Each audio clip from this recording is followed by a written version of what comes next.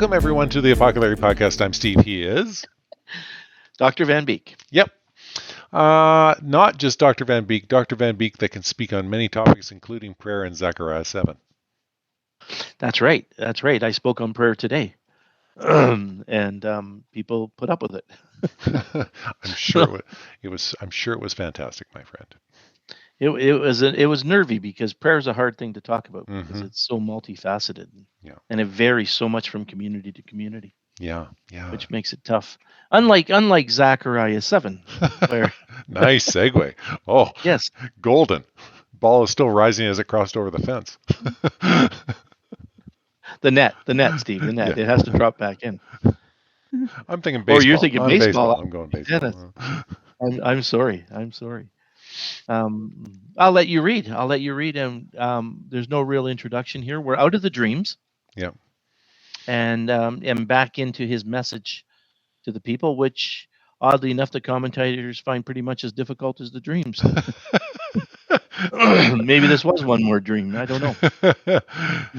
Right on. Okay, folks. So Zechariah 7, we're going to start at verse 1, of course, and we'll read down to verse 7. So for those of you playing the at-home edition, you can read along with us. In the 4th year of King Darius, the word of the Lord came to Zechariah on the 4th day of the 9th month, the month of Kislev. The people of Bethel sent Shazir, Regemelech, together with their men to entreat the Lord. By asking the priests of the house of the Lord Almighty and the prophets, should I mourn and fast in the 5th month, as I have done for so many years?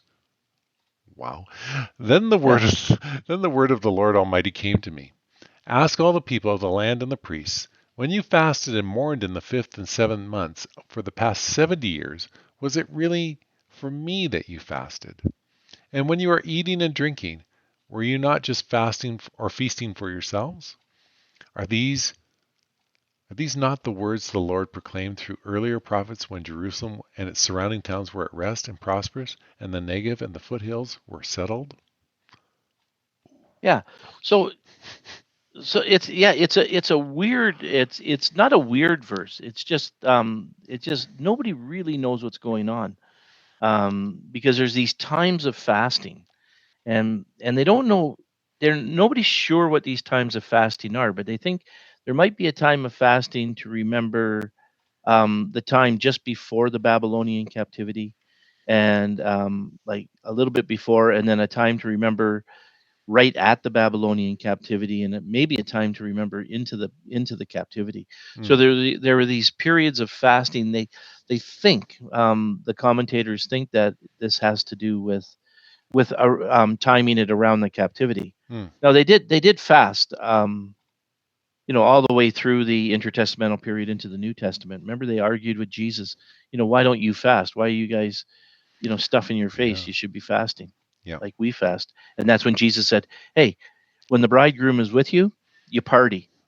There'll be plenty of time for fasting when the bridegroom is gone. Right. You couldn't mess with Jesus too much. No. I think he might have had an answer for you there. He was a little sharper than the average Joe. So, but now, so this is the 4th year of Darius. So I forgot now, is Darius right after Cyrus? I think Darius is in the kings of Persia. So we're talking about King Darius of Persia. Mm-hmm. And then you're just ahead of Artaxerxes or Xerxes, and you're just ahead of the times of that lady that that we studied the last time. Esther. Esther, at the time of it. Oh, I'm doing well tonight, Steve. Oh no, you're doing great. Just batting 1,000. And so Zechariah, the word of the Lord came to him in the 9th month of Kislev. Kislev is November, December. It's the Christmassy month. Okay. That's Kislev. And I think, and now I might screw this up, but I think Nisan is the first month, because because the Japanese cars used to come out and drive around in the first month of the year. and the first month is actually around March, April. Okay. And that would make Kislev the 7th month on the Jewish calendar. Okay. Right. So anyway, and then the people of Bethel, they sent someone, and they're confused about this too, because the people of Bethel sent these two guys. Nobody knows who they are, This is really helping, isn't it? But Well, but but these two guys came, and they to entreat the Lord, and ask the priests of the house of the Lord Almighty, should I mourn and fast in the 5th month, as I've done for so many years? Now, here's the weird thing. Um, Zechariah is in Jerusalem. hmm I think Bethel is about two miles away. So so to send these emissaries from, I mean, they could have went, before coffee. They could have, we'll leave at coffee and we'll get there for lunch and we'll ask. So there are those who think that Bethel is the wrong term here and that they're really referring maybe to Babylon, mm, that they came back from Babylon, which would make sense with the comments about the fasting then, mm. right? And others think that Bethel might be the name of a person. Oh, I get you. Yeah. So they're not really sure. It's just for Bethel, a couple of miles from Jerusalem. It doesn't make sense. Yeah. You And so don't you go get the ahead. sense that these two guys come, just hat in hand, just I'm here to ask an honest question, and God goes, I'm sorry. Yeah.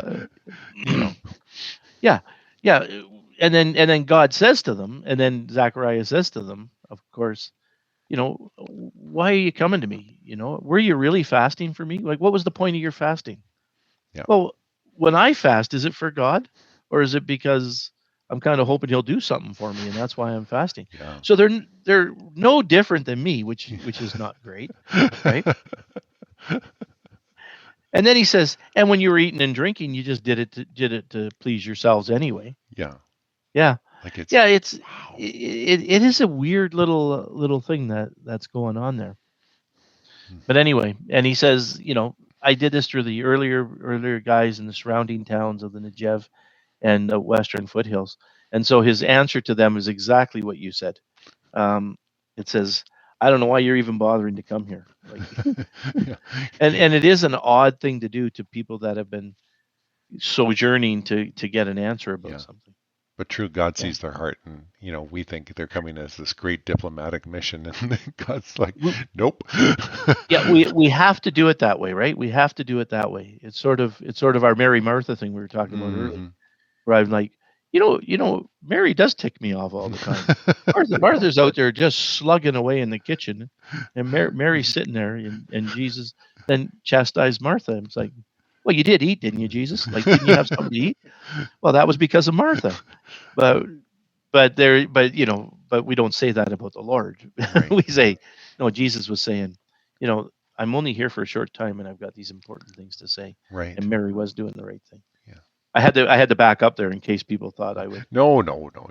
I You're would ever I would ever mock anything that Jesus did, because there's no way yeah. I would risk that kind of stuff. No, no, no, no. You're among friends. We have good listeners. Yes, yes. Um. Okay. Both. Larry and I are very tired tonight, and we're We slugging through this. we are we are we My are. gosh, it's Thank you, listeners, for listening to this. yeah. Verse 8 now. Let's pick it up from there. And the word of the Lord came to Zechariah. This is what the Lord Almighty said: Administer true justice, show mercy and compassion to one another. Do not oppress the widow or the fatherless, the foreigner or the poor. Do not plot evil against each other. But they refused to pay attention. Stubbornly, they turned their backs and covered their ears. Oh gosh, that's a picture. They made That their is, isn't it? hearts as hard as flint and would not listen to the law or to the words that the Lord Almighty had sent by his Spirit through the earlier prophets. So the Lord Almighty was very angry. When I called, they did not listen. So when they called, I would not listen, says the Lord Almighty. I That's a scattered them. scary little portion, isn't it? Yes, it is. Yeah. I scattered them with a whirlwind among the nations, where they were strangers. The land they left behind them, the land they left behind them was so desolate that no one traveled through it. This is how I made the pleasant land desolate. Yeah, and of course, pointing back to the diaspora, to the dispersion of the Jews, and it's the standard prophetic thing, isn't it? Yeah. All of the prophets kind of touch on this kind of stuff somewhere or other. You did not show compassion. You did not show mercy. You did not help the widow. You did not help the kids. You did not help the foreigners. You did not help the poor. and you plotted evil. And I don't think there's anybody at any time in history that could read these words and not go, "Oh man, that's us," Mm-hmm. you know. Um, and this was them. This was them. They weren't helping the people that they should help. Yeah. And God had laid that out before, that you should help all of these people.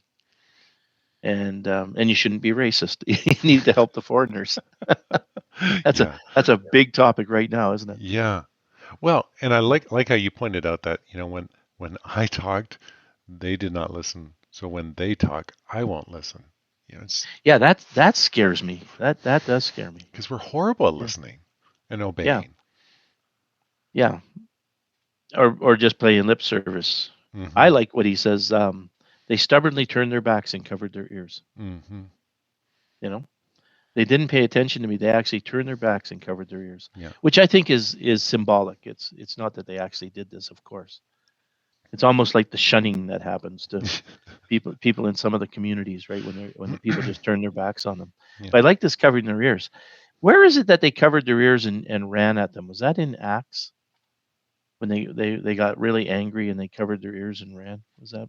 It seems like Acts to me, but I can't think Yeah, of it we'll off the say top of my head. Acts Let's in go with case in Acts. case any. Yeah, Lynn's going to phone me and say, it wasn't Acts. This is where it was. Yeah. Thank you, Lynn. We appreciate you fact checking us. Yep, that's true.